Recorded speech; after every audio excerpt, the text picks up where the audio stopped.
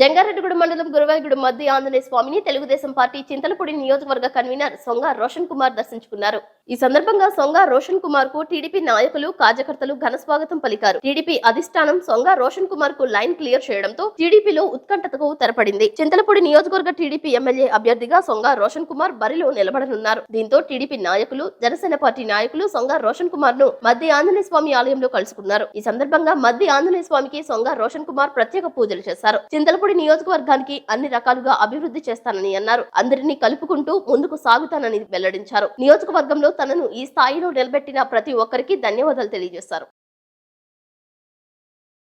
అందరికీ నమస్కారం. తెలుగుదేశం పార్టీ జాతీయ అధ్యక్షులు నారా చంద్రబాబు నాయుడు గారికి, యువ నాయకులు నారా లోకేష్ గారికి, మరి తెలుగుదేశం పార్టీ రాష్ట్ర అధ్యక్షులు అచ్చెన్నాయుడు గారికి, జనసేన పార్టీ అధ్యక్షులు పవన్ కళ్యాణ్ గారికి కృతజ్ఞతలు తెలియజేస్తున్నాను. సో ముఖ్యంగా ఈ రోజు నన్ను చింతలపూడి టీడీపీ ఇన్ఛార్జ్ గా నియమించినందుకు వారికి ఎంతో నేను రుణపడి ఉంటాను. సో ఈ రోజు నాకు ఇన్ఛార్జ్ గా రావడానికి ముఖ్యంగా చింతలపూడి ప్రజలు, తెలుగుదేశం పార్టీ నాయకులు, కార్యకర్తలు, అభిమానులు, అలాగే మీడియా మిత్రులు అందరూ కూడా నా యొక్క ధన్యవాదములు. మరి ఇప్పుడు ఇక్కడ మధ్యాంజనేయ స్వామి గుడి దగ్గర ఉన్నాము. మరి మధ్యాంజనేయ స్వామి గుడి అంటే చాలా శక్తివంతమైనది. మరి భక్తుల కోరికలు ఇక్కడ తీరుతాయని అందరూ కూడా గట్టి నమ్మకం, విశ్వాసం. అలాగే మధ్యాంజనేయ స్వామి యొక్క ఆశీస్సులు మరి చింతలపూడి ప్రజలకు, అలాగే నాకు, టీడీపీకి మెండుగా ఉండాలని, మరి రాబోయే రోజుల్లో తెలుగుదేశం పార్టీని మరి ఘనమైన విజయంతో సాధించి చంద్రబాబు నాయుడు గారు ముఖ్యమంత్రి చేయాలని చెప్పి మనస్ఫూర్తిగా కోరుకుంటున్నాను. అలాగే నాకు ఇచ్చిన ఇన్ఛార్జ్ పదవిని అందరినీ కలుపుకుంటూ, చిన్న పెద్ద అంటూ తేడా లేకుండా అందరినీ కలుపుకుంటూ మరి పార్టీ విజయానికి శాయశక్తుల ప్రయత్నిస్తాను. మరి అలాగే అందరూ కూడా మరి ముందుకొచ్చి పార్టీ కార్యక్రమాల్లో పాల్గొని అన్ని కూడా విజయవంతం చేసి మనం తెలుగుదేశం పార్టీని అధికారం తేవాల్సి కోరుకుంటున్నాను. అలాగే చింతలపూడి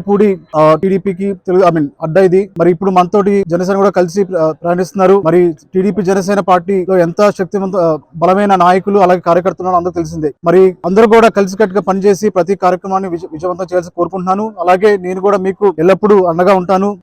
నన్ను ఎప్పుడు కూడా మీరు కాల్ చేయొచ్చు, నా దగ్గర రావచ్చు, అందుబాటులో ఉంటాను. మరి నా దగ్గరకు వచ్చిన సమస్య ఏదైనా కూడా నేను దాన్ని తీర్చడానికి ప్రయత్నిస్తాను. ముఖ్యంగా మీ అందరి సహకారం కోరుకుంటున్నాను. మీడియా మిత్రులు కూడా నా యొక్క విజ్ఞప్తి, మీరు కూడా మాకు సహకరించి ప్రతి కార్యక్రమంలో మమ్మల్ని విజయవంతం చేయాలని కోరుకుంటున్నాను. అలాగే నాకు అవకాశం ఇచ్చిన ఇక్కడ టౌన్ ప్రెసిడెంట్ మన రావురి గారికి, అలాగే రూరల్ ప్రెసిడెంట్ మన సాయిల్ సత్యనారాయణ గారికి, అలాగే ఇక్కడ వచ్చిన ప్రతి ఒక్క మండల పార్టీ నాయకులకి, కార్యకర్తలకి, అమ్మాయిలకి మరొకసారి ధన్యవాదాలు తెలియజేస్తూ సెలవు తీసుకుంటున్నాను. సమస్యలు అంటే మనం చూసుకుంటే అండి, విద్యాపరంగా కానివ్వండి, ఆరోగ్యపరంగా కానివ్వండి, పబ్లిక్ ట్రాన్స్పోర్టేషన్ విషయంలో కానివ్వండి, అలాగే రైతు సమస్యలు కానివ్వండి, ఇళ్ల పట్టాల సమస్యలు కానివ్వండి, ఇలా చాలా ఉన్నాయి. మనం ఎక్కడికైనా వెళ్ళినా కూడా రోడ్డు చూస్తే అసలు చాలా బాధేస్తుంది. అలాగే అటు మనం వైద్యం చూస్తే కూడా ఇక్కడ మరి సరైన హాస్పిటల్ వసతులు లేవు. మరి గ్రామాలు ఉన్న వాళ్ళకి వాళ్ళకి సరైన మెడికల్ సప్లైస్ కానివ్వండి, వాళ్ళకి హాస్పిటల్ అవైలబిలిటీగా సరిగ్గా లేదు. అలాగే ఆ విద్యాపరంగా కూడా చాలా మంది నిరుద్యోగులు ఉన్నారు.